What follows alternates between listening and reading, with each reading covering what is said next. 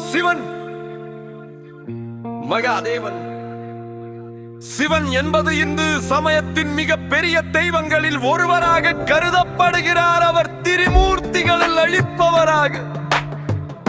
பிரம்மா உருவாக்கம், விஷ்ணு பாதுகாப்பு. சிவன் அழித்தல் விளங்குகிறார். ஆனால் அழித்தல் என்பது அழிவை மட்டுமல்ல, அது புதிய தொடக்கத்திற்கான மாற்றத்தையும் குறிக்கிறது. சிவன் கருணையின் கடல், அனந்த ஞானத்தின் ஆதாரம் மற்றும் ஆதியந்தமில்லா சக்தி என்றும் போற்றப்படுகிறார். அவர் தியான நிலை உடையவர். கைலாய மலையில் வசியார். அவரது சின்னங்கள்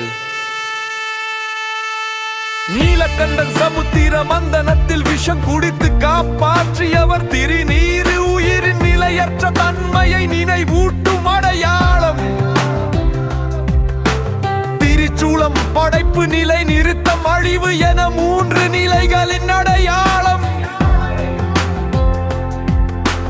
பாம்பு அச்சமின்மை மற்றும் சக்தியின் குறியீடு. அர்த்தநாரீஸ்வரன் ஆண் பெண் சக்திகளின் சமநிலையை வெளிப்படுத்தும் வடிவம்.